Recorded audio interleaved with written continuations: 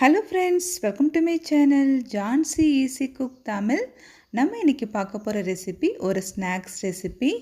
Mysore bonda tea காஃபிக்கு ஆப்டான ஒரு ஸ்நாக்ஸ் ரெசிபிங்க. ஸ்கூல் காலேஜ் ஆஃபீஸ் போய்ட்டு டயர்டாக வரவங்களுக்கு இது போல் ஸ்நாக்ஸ் ரெசிபி செஞ்சு கொடுத்து பாருங்கள். அவங்க கண்டிப்பாக என்ஜாய் பண்ணி சாப்பிடுவாங்க. நல்லா ஃப்ளஃபியாக சாஃப்டாக இருக்குங்க இந்த போண்டா. டீ கூட இந்த போண்டா சாப்பிட்டா போதுங்க, நல்ல ஃபில்லிங்காக இருக்கும். ஈஸியான மெத்தடில் டேஸ்டியான மைசூர் போண்டா எப்படி செய்யலான்னு சொல்லிட்டு பார்க்கலாமா? அதுக்கு முன்னாடி நம்ம சேனலை சப்ஸ்கிரைப் பண்ணாதவங்க சப்ஸ்கிரைப் பண்ணிக்கோங்க. கூடவே பெல் ஐக்கனை டச் பண்ணி ஆளுங்கிற பட்டனையும் டச் பண்ணுங்கள். அப்போ தான் நான் போகிற அடுத்தடுத்த வீடியோவோட நோட்டிஃபிகேஷன் வரும். சரி, வாங்க வீடியோக்குள்ளே போகலாம்.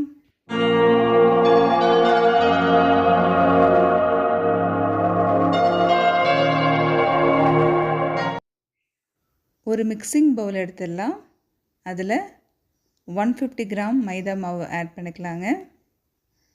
தயிர் ஒரு 4 ஸ்பூன் நம்ம ஆட் பண்ணிக்கலாம்.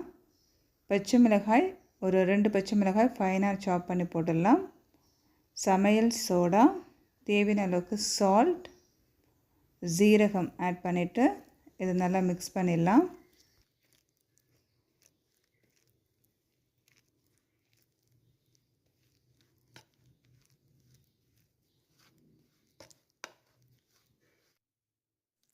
இப்போது இதில் கொஞ்சமாக தண்ணி ஆட் பண்ணிக்கலாம். தண்ணி அதிகமாக ஆட் பண்ணக்கூடாது. நம்ம மிக்ஸ் பண்ணிவிட்டு வேணும்னா நம்ம தண்ணி ஆட் பண்ணிக்கலாங்க. மாவு மிக்ஸ் பண்ணதுக்கப்புறம் அந்த போண்டா பதம், அதாவது மாவு எடுத்து எண்ணெயில் போடுற மாதிரி இருக்கணும். ஸோ அந்த பதம் வர வரைக்கும் நம்ம நல்லா மிக்ஸ் பண்ணணும்.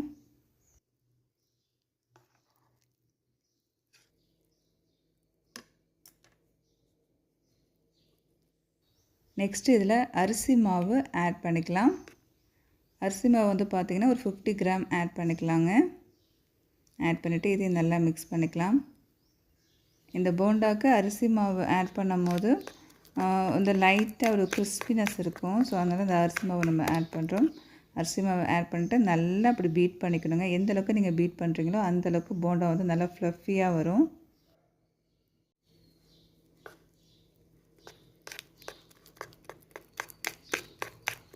நல்லா பீட் பண்ணதுக்கப்புறமா இதை மூடி போட்டு ஒரு 1 ஹவர் அப்படியே நம்ம வச்சிடலாம். ரெஸ்டிங் டைம் ஒரு 1 ஹவர் இருக்கணும். மாவில் நல்லா பீட் பண்ணி மிக்ஸ் பண்ணி நம்ம 1 ஹவர் ரெஸ்டிங் டைம் விட்டுருந்தோங்க. இப்போ நமக்கு போண்டா பேட்டர் ரெடி ஆகிடுச்சு. ஸ்டவ் ஆன் பண்ணி ஒரு கடாயில் தேவையான அளவுக்கு ஆயில் ஊற்றிருக்கோம். ஆயில் நல்லா ஹீட் ஆனதுக்கப்புறமா நம்ம ரெடி பண்ண மாவுலேருந்து கொஞ்சம் கொஞ்சமாக நம்ம கிள்ளி அதில் போட்டுடலாம்.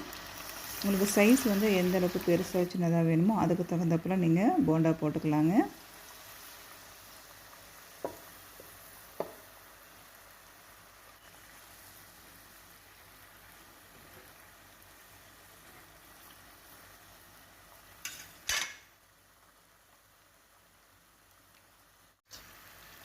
போண்டா ஒரு சைடு நல்லா ஃப்ரை ஆகிடுச்சு. நம்ம அதர் சைடு திருப்பி விட்டுடலாம்.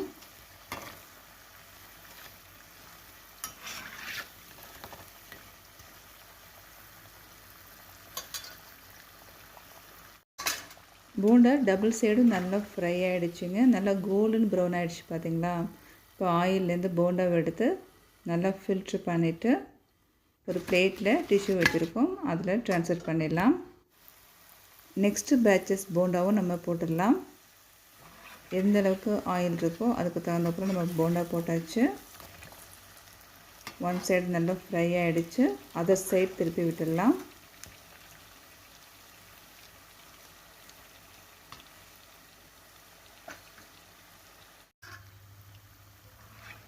டபுள் சைடு நல்லா ஃப்ரை ஆகிடுச்சு.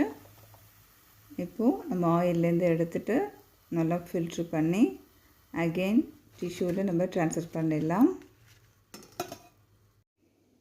சூப்பராக ஈவினிங் ஸ்நாக்ஸ் நம்ம ரெடி பண்ணியிருக்கோங்க. நல்லா சூடாக டேஸ்டியாக இருந்துச்சு இந்த போண்டா.